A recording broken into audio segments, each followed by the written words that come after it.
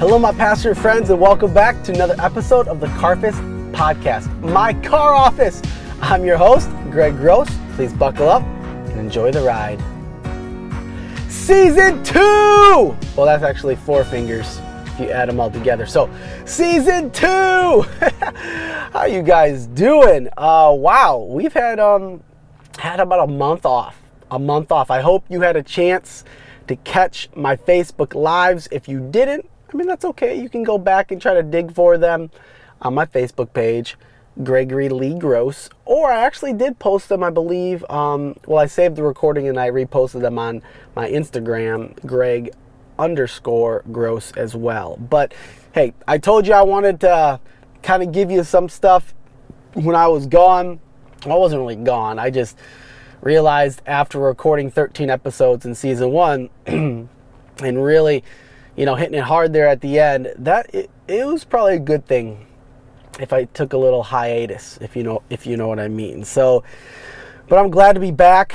I will just, from the start, I almost didn't make this happen. I almost didn't make season 2 happen, and you're gonna hear why today on this episode. It just was something I was really contending with.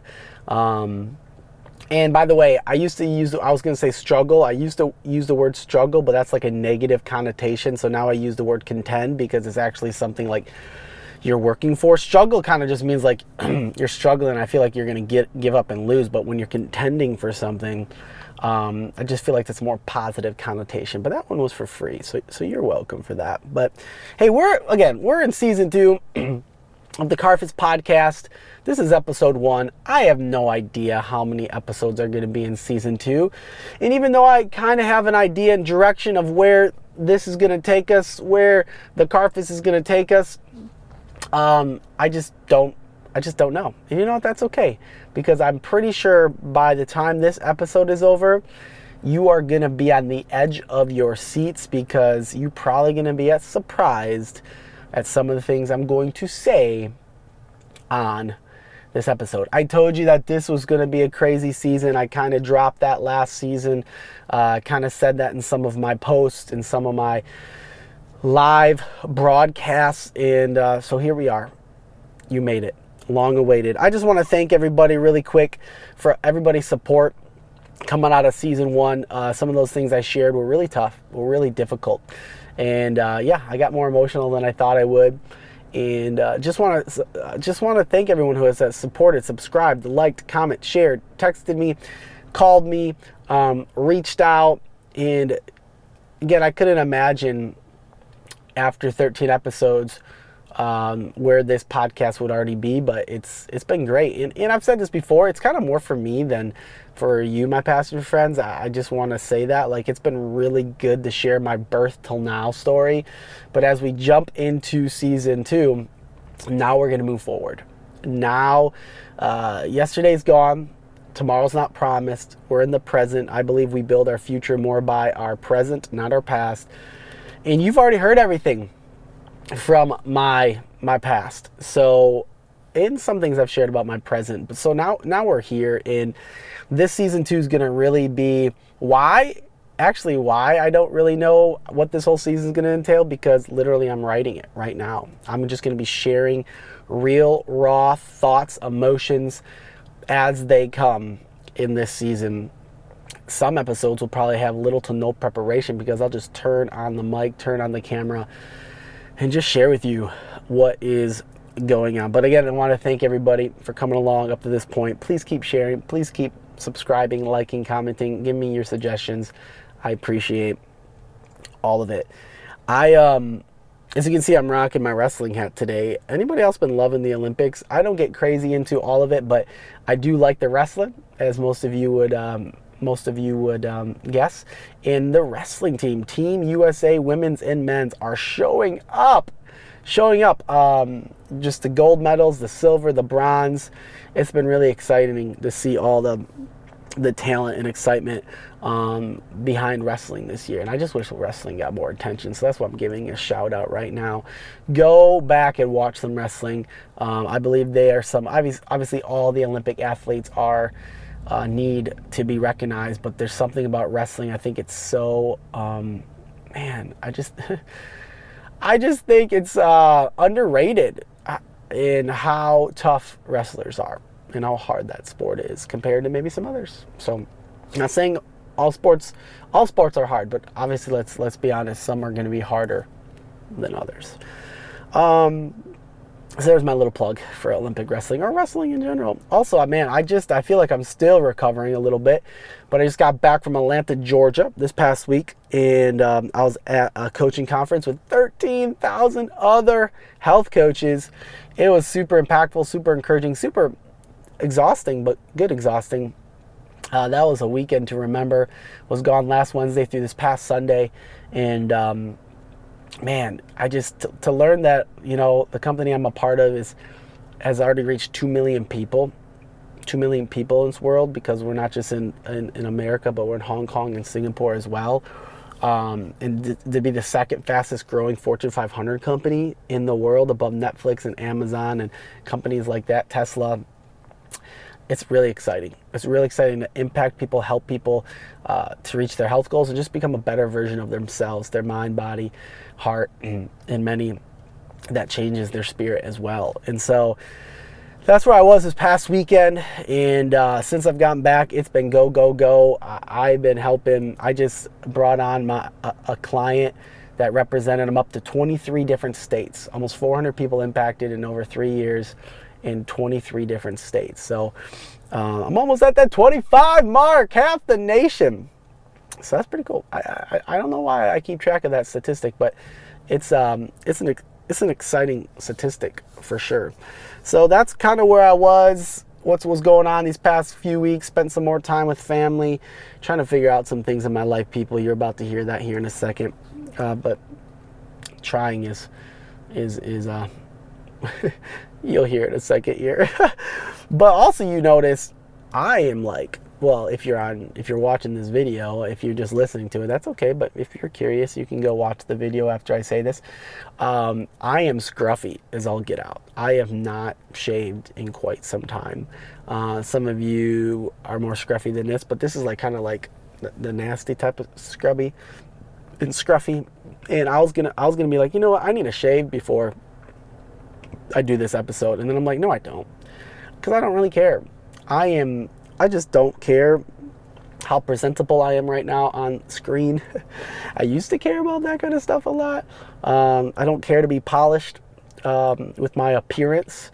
Yes, I mean, obviously there's a time and place for it, but people, this is going to be like literally probably one of my most unplugged episodes. So I'm like, why do I need to try to like get all nicely shaved or all this kind of stuff? I'm just going to record this dang episode, and tomorrow I'll shave. So there you go. So if you are like, Greg, you're looking rough, well, you're welcome. You're welcome. So there we go. Well, we're going to jump in to probably the most unpolished episode yet. I have the least notes possible, but I will be utilizing them so I stay on track.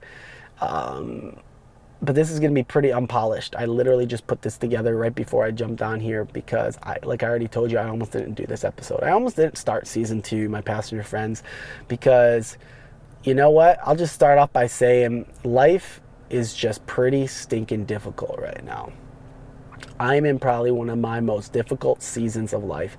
And I alluded to that in my Facebook Live Facebook Live broadcast last week, Monday. But it took a little bit extra of me to be like, you know what? I need to continue this, and not just for my passenger friends, but for me, because this is kind of therapeutic. And as you saw, the title of this episode is Meet the New Greg, ? Explanation point, ? Meet the New Greg? Is that how you say it? Meet the New Greg? Yeah, because who is the new Greg? Do you know? Because I sure the heck don't know. But that is what I'm discovering. That's what I want to share on this very unpolished, unplugged episode of the Carffice Podcast today. So buckle up. Here we go. So I'm going to jump in. I guess I have to backtrack a little bit up into this moment because last time I left off with my life was basically right before January 2021. I mean, actually, no, I shared obviously about our move to Erie, but where this story starts is January 2021. And this is where I call the shift. A shift happened in my life, my pastor friends. I don't really know how to fully explain it. It was kind of gradual, kind of hit me upside the head. And I'm still don't have it figured out, even though I'm further along. It's I feel like it's getting more complicated every single day, every single week. So why do I call it a shift? Well, many things started to shift in my life, mentally, physically, in my heart, spiritually. And I'm gonna use a word right now that is a trigger word for many of you, and you're just gonna have to get over it. And I'll define what it means to me. But so many of you in a certain circle that I will not name right now, you get so triggered by this word because you get so scared, and it's like, oh my gosh, it's like evil or something like that. But can I just say, just stop it? Like, just stop being so triggered and so upset by this word that I'm about to say, that the season of life that I'm in. But I have to use this word for effect, for people to understand, because it will be more relatable. But then I'm going to define what it means to me throughout this podcast. Okay, thank you. So the word is, in January 2021, I took a shift into something called deconstruction of my faith. And basically a better way I could define that is I just started asking God a lot of questions and started doubting a lot of things about my upbringing, about faith, about a lot of different things. So and I just realized really quickly before I started feeling guilty about it, because God quickly surrounded me with some really amazing support. There's probably a month or two there that I felt very, very lonely, very emotional. It was very a dark place. And very lost and confused. But that only happened for about 2 or 3 months until God really affirmed and sent some people to affirm me as well. But I've been asking God a lot of questions. And last time I checked, that's not a bad thing, but I thought it always was. And but the whole book of Job is questions. If you haven't read the book of Job, just go find that in the Bible. I mean, Job is consistently asking questions and in my interpretation, yelling and frustrated at God. And then also doubt. Hello, doubting Thomas. When was doubt? I think doubt deepens our faith. It doesn't destroy our faith. So, my pastor friends, this is still going to be about my life, and I'm just sharing you right now. I've been asking God a lot of questions and doubting a lot of things about my upbringing, about what I once knew or thought I knew or learned or once learned or heard. It has been crazy. It's almost like I took a sledgehammer to my brick wall of faith and scattered and broke everything in 1,000,000 different pieces. And I'm trying to figure out what pieces I want to pick back up and put back into place with the help of God and close people around me that I'll mention, not names, but people that I feel like God has brought into my life. So, man, I think one thing during this time, and just a shout out to a podcast that's really helped me, Nights at the Round Table, NIGHTS at the Round Table, Nights at the Round Table. This has been a phenomenal, what do you want to call? I mean, this is something I found right in the beginning of this deconstruction journey that's been pivotal, because they hit on really hard topics, and they don't care about being right, but about standing what is right and doing what is right, and just really just processing and being open, and not just being so stickler about things and not caring, like I said, about being right or knowing everything, but just really discovering. It's really become maybe honestly a community, a church family for me. Yes, a podcast can be a church family for all those people out there that also were triggered by that. But I think, man, I truly believe. Okay, where was I going with that? I don't know, but no, check it out. Nights at the Round Table. You'll hear what I'm thinking there. Also, when I was in Accountable Walk early on in this stage, I'm trying not to jump too far all over the place. I have a buddy that I grew up going to Spencer Lake with, and so we experienced God there at the camp, Wapaka, and And he fell away from the Lord. He got into a lot of drugs and hard things and almost lost his life a few times. Well, he turned his life around years back, and now he's a campus pastor out in Oconomowoc. And I met with him monthly when I was living with my parents, and we would walk around the lake and have coffee. We'd have church, people. We would have church. And it was, and again, there's another thing. Like, I'll just jump into that for a second because this is unplugged and unpolished. I'm just redefining what church means. I'll just say this. I'm pretty sure I'm broken. I'm not broken up with God, but I'm broken up with the Western evangelical church right now because I just have so many questions and doubts, and I just need some space. Here's the other thing. If you've ever gone through something with anybody, any type of relationship, it's okay to have space, okay? It doesn't matter what it is. It could be a business, an organization, a community, a people, a person. If you've ever gone through things that just were not healthy, it's okay to take space and be broken up for a season. So before you guys think like you know, my soul's on the line or something like that, and you're like, oh my gosh, Greg, can I pray for you? Just don't touch me. Don't put your hand on me and pray for me, okay? I believe in the power of prayer, and I believe laying on of hands, just so you know, but like, I don't need that type of prayer. I'm golden. Actually, I was going to get into and let you know, like, as I was walking around the lake and having church with my friend, and as two or more are gathered, right, sipping our coffee, talking about Jesus and God and church and what that means and all that kind of stuff. At the end of our walk this one day, he looked at me and he knew I was going through questioning and doubting. I was in the beginning process of that, and he asked me a question that blew me away, that kind of like felt like pushed me up against a wall, but it was a good thing, and I respected him so much for the question he asked me, and it still resonates with me today. This was probably, I don't know, beginning of March, February. He goes, Greg, have you ever considered not believing in Jesus for a season? Because again, this is a guy that fell away, almost died. He was an atheist for a while, all this kind of stuff. So he asked me, hey, Greg, have you ever considered just not believing in Jesus for a season? And I paused, and that question hit me like a spear. And in that moment, I just had peace, and I just knew that as I was reaching down to that shattered brick wall that I illustrated to you earlier, that was a piece that I know I could pick up and hold in my hand and say, you know what? No, I know that Jesus is real. I know Jesus is the way, the truth, and life. So with all that being said, for all you concerned people out there that, you know, once knew me or trying to discover the new me now, which I'm still trying to discover that too, so you're right along with me. I still believe that Jesus is the way, the truth, and life, but that's probably like one of the only black and white little pieces of bricks that I've picked up. And some of you are probably relieved. Some of you are like, well, that's a good place to start, Greg. But you know, that's the only thing I really care about knowing to be right about, and I'll jump into that a little bit more in this episode. But other than that, I've just been questioning, I've been doubting, I've been playing the devil's advocate on other side. I've been, you know, on topics that I used to stand black on, I'm gray on, or white on, I'm gray on. Like, it's like just because I can, because I never did before. I never felt like I had the freedom. I'm not blaming anyone in my past or any establishment. It's just how my deck of cards have laid out up into this place in my life at 34, and I just turned 34 during this break too, on July 24th. Glory. I feel old. I know I'm not old, but so that's a question he asked me.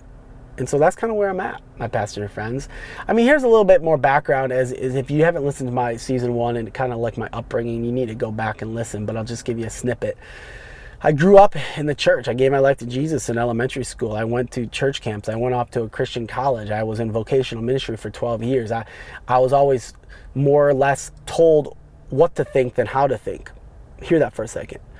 I was more told what to think than how to think. And as I transitioned out of vocational ministry in 2019, it took me like a year and a half, if you didn't see, to start going into this deconstruction season and be like, what in the world? Some things just don't feel right, look right.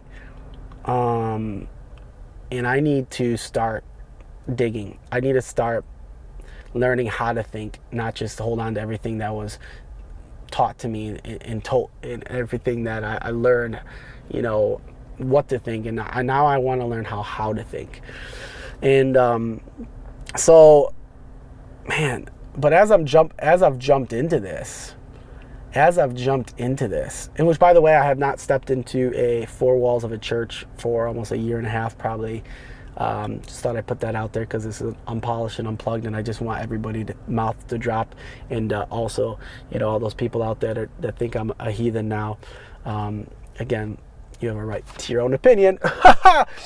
But no, but I've definitely, I've done church. I've done church with friends. I've done church in circles. I've had communities and people I've been a part of. I've just not stepped in the four walls, and that's for choice, because like I said, there needs to be a season of separation before there can be a season of growth or trust in that area. And God is bringing me through something that doesn't require me to be inside the four walls of a church. And some of you think that's like sin, or some of you are thinking that is so wrong, and that's okay. That's part of your own belief systems and values and upbringings. And right now, remember, my brick wall is boom, it's done, besides holding on to Jesus is the way, the truth, and life. So there you go. But I've been discovering, the more I know, the less I know, my pastor friends. Like, I always thought I needed to know everything or understand everything, but the more I know, the less I know. And the great John Maxwell, which I love that man, he's written like 1 million books. He says something like, the moment I think I know something is the moment I know nothing. The moment I think I know something is the moment I know nothing. And I feel like that's very true in this season of my life as well. I already kind of brought up, I feel like there's more gray than black and white when it comes to, however you want to call it, faith, religion, the Bible, church, policies, politics, business, all that kind of stuff. I always just thought things were more black and white. And the more I dig into this season of my life with an open mind, because I'm not just being spoon fed, but I'm taking time to actually do this more for me and my faith and my personal relationship with Jesus. And it's just long overdue that the more is gray than black and white. And I just want to say this one more time. I'm not blaming anybody from my past for where I'm at right. I'm taking full ownership. It wasn't my upbringing with my family, my parents. It wasn't through camps. It wasn't because different things have nurtured and affected me, and we'll get into that in a second. Things that I truly believe need to be corrected and figured out. But it wasn't just one specific instance or at college or in vocational ministry. You heard my whole story. It's a pile. It's a big old pile of poop. It smells really bad. And so I'm not going to doesn't point to one thing. So stop trying to figure it out, because I stopped trying to figure it out a long time ago too. Or at least these past 6 months. I'm trying to what is the one thing? No, there's just a lot going on, guys. There's a lot going on. And I'll probably say this more than once, but I feel like I'm more messed up than ever before, but I have more peace than I've ever had. Does that make sense to you? It doesn't make sense to me. But I'm questioning and doubting more than I've ever had in my life about certain topics and things than I've ever had. But deep down, I just have more peace than I've ever had, even though I just feel like there's so much chaos. It's almost like, how to describe it is like a hurricane. It's like there's so much chaos going on around me, but I'm at the eye of the hurricane with peace. But I can see all the chaos and the contending that needs to happen. So also, okay, here we go. So when it comes to more gray than black and white, there's so many topics, not limited to, but so many topics I've been digging into that I never took time to dig into, because I just took what people told me and where they pointed me to, but never took time on my own. So here's a whole bunch of different topics, but not limited to these topics that I've been questioning, doubting, deconstructing, whatever, going the whole spectrum. Things like homosexuality, the Western Evangelical Church, purity culture, swearing, drinking, the Bible, heaven and hell. I mean, the list could go on. Sex, drugs, and rock and roll. Come on, people. Actually, probably not that. Definitely not rock and roll. I mean, if you guys have an issue with that, you can figure that one out.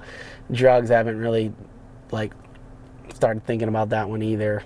Obviously, purity culture has to do with sex, so there's some stuff there.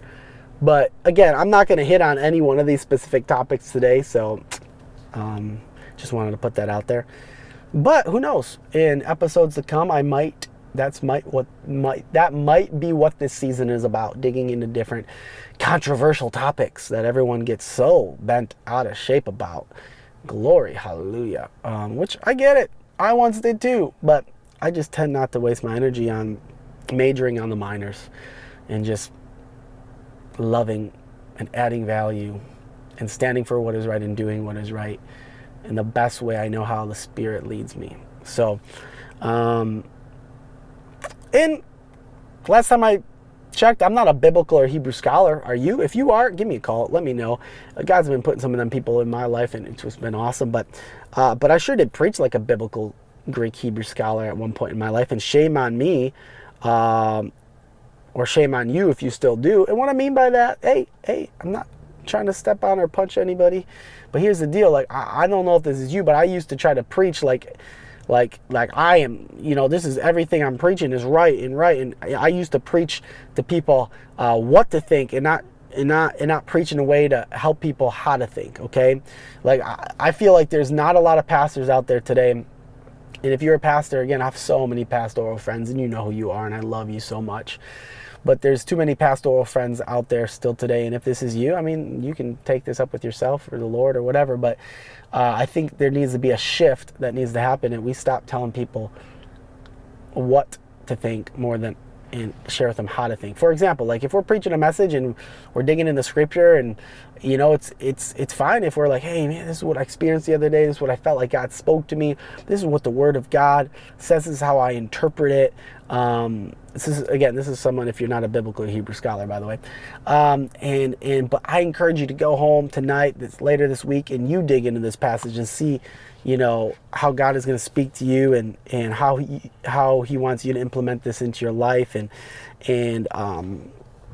I just feel like and point people how to think, and give them other resources to dig into, and so they can learn more of maybe the biblical and Hebrew behind it, rather than just like shoving something in somebody's face and expecting them to believe what you believe because you're on the stage and you have the pastoral card. Yeah. Hey, maybe there's nobody else out there like that, but that's how I was. So I'll own it. And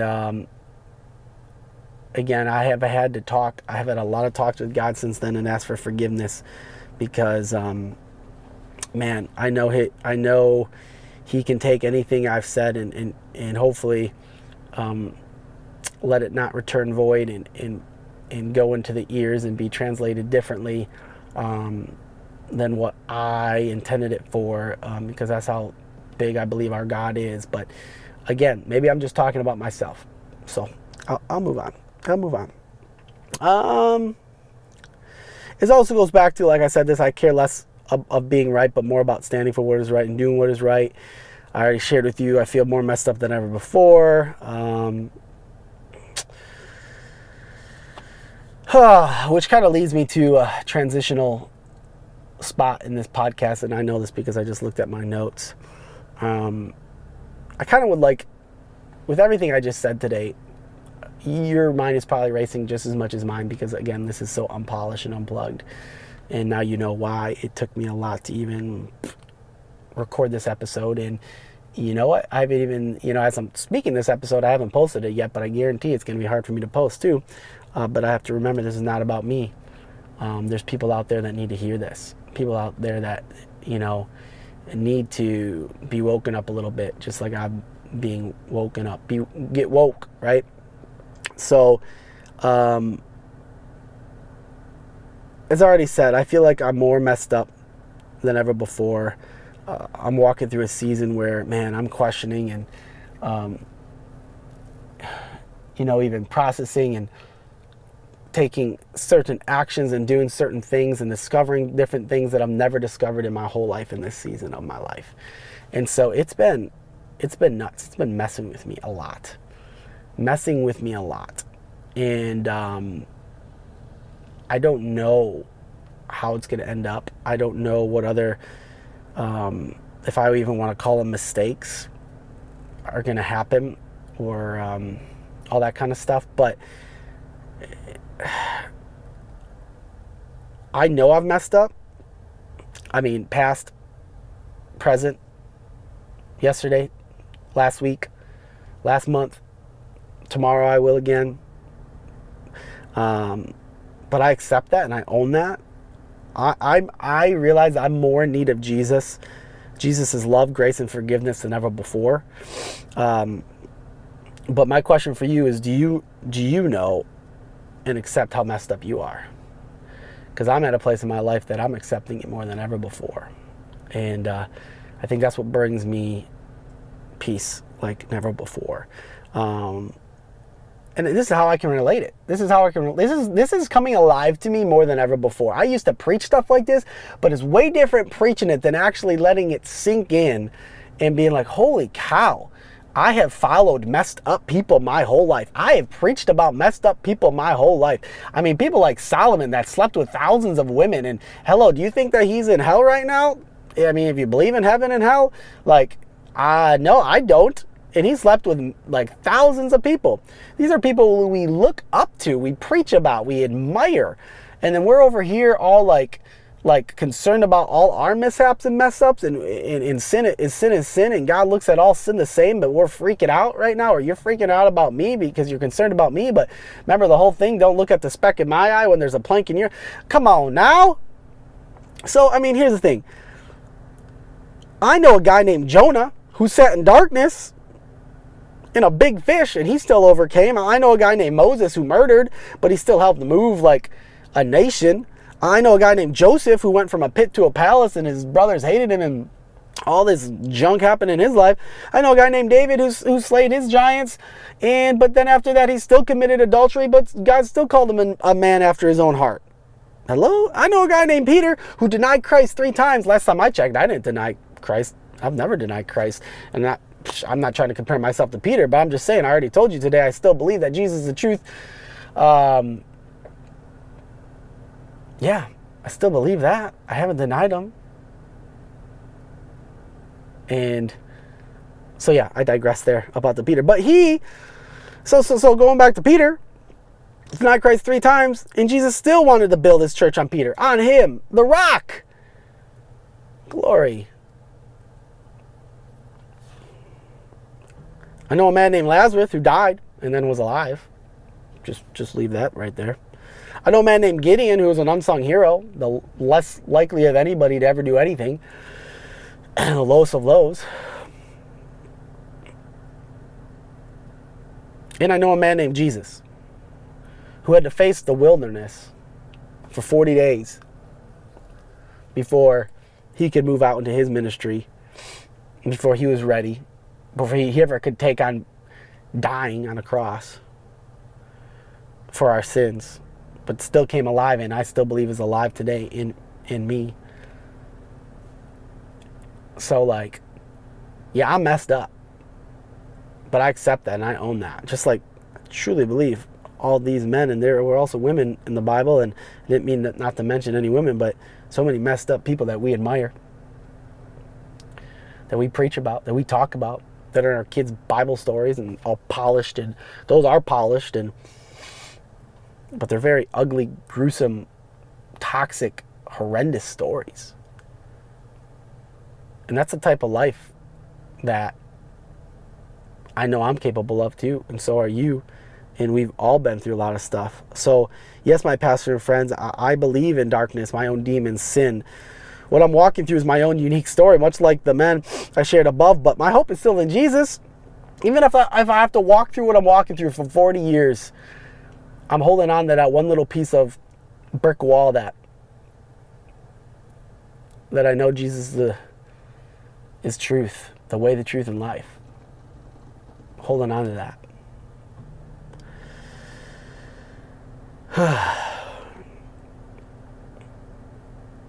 See, there's so much in life I'm walking through, but I'm not alone. I'm not alone. I choose to surround myself with help. So before you get really concerned about me, I know there's a lot of people out there that feel alone, but they're not proactive. I'm super proactive, even though I feel more alone than I've ever felt, and I'm more messed up than I've ever felt. I believe everyone has to make a decision in their life to go from their amateur ways and go pro in their overall health, their mind, their body, their spirit, their heart. At some point, they have to make a decision. And to decide means to kill off. And even though I feel messed up, but internally I'm at peace, I'm still making a decision to go pro, to go from my amateur ways.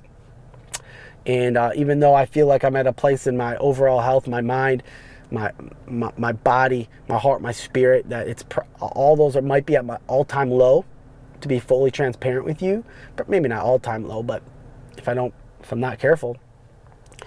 But see, here's the thing. If you're concerned about me with everything I said today, please don't be. I appreciate your heart and your concern, but please don't be. If you want to reach out to me because you know me and you actually truly care, feel free. I mean, I will talk to anybody. I've already talked to a lot of people. Some people are listening to this podcast and they already knew all this because I've already shared it with them, and I was finally ready to share some of this with the world. If you feel like you need to pray for me. I'll take it.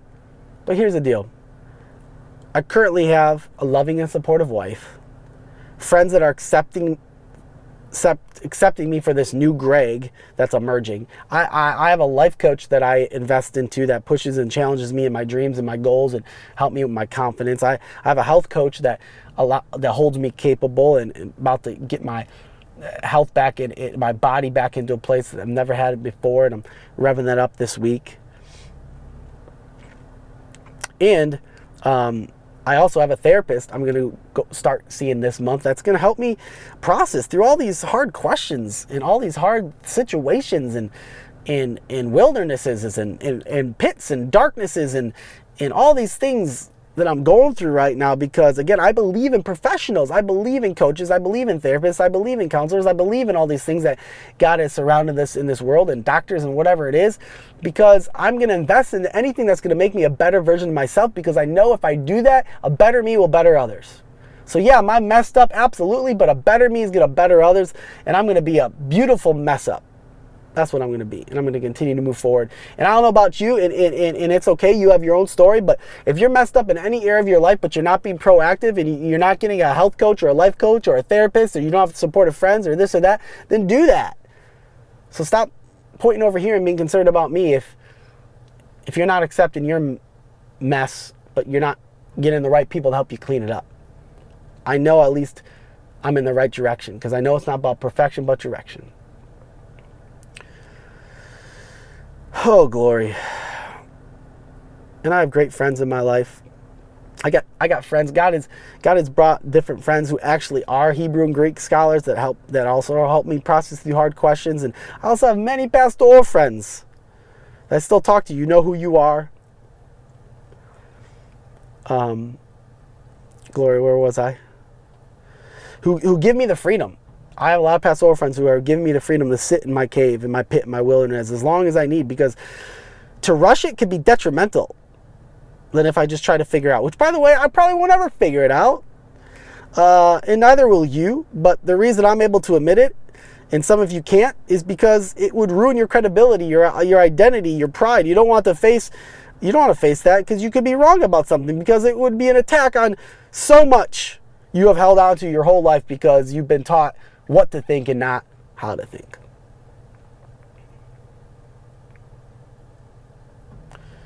So I'll share with you something I heard many years ago that's more alive to me now, and I see it way differently now than I used to. But my pastor friends, I say this to myself and I say this to you: let go and let God.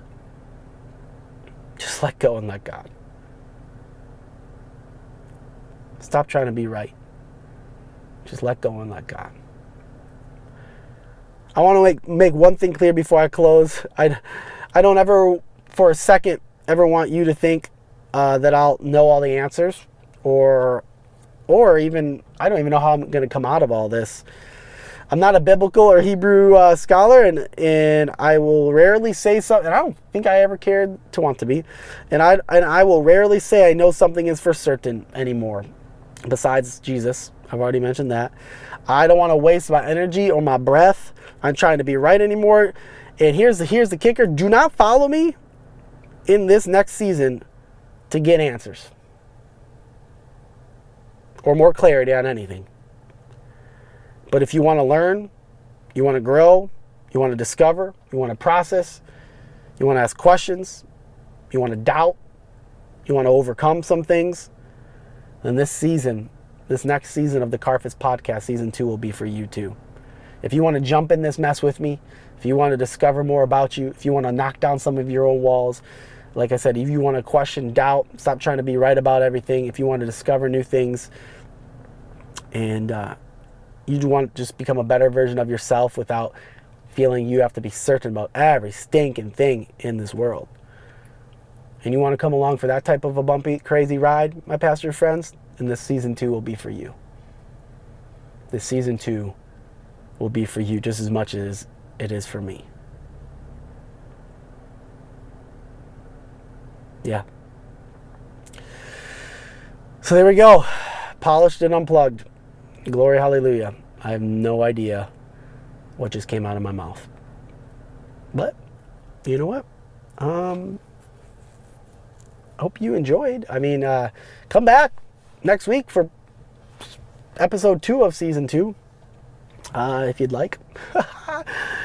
I will probably dig into more of this, or maybe dig into a topic that I said earlier that I'm just more confused about than ever before. But hey, you know what? Come back. I just want to thank everybody again for your love, your support, your kindness, even if you don't love or support. Thank you. I would love your comments, would love your suggestions, love your feedback. Thanks for liking, subscribing, sharing, reaching out, praying.